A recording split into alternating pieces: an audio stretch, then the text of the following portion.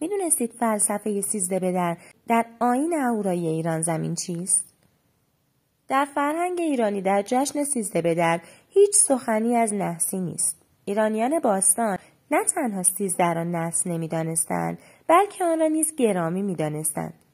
آنها 13مین روز هر ماه را به نام تیر روز یا تیشتر، نام ایزد باران می‌نامیدند.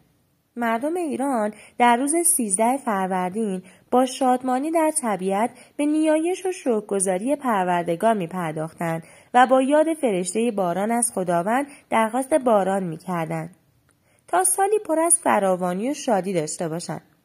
علت بدیوم دانستن کلمه 13 ریشه در فرهنگ اعراب داره و پس از ورود اسلام به ایران وارد فرهنگ ایرانی شده.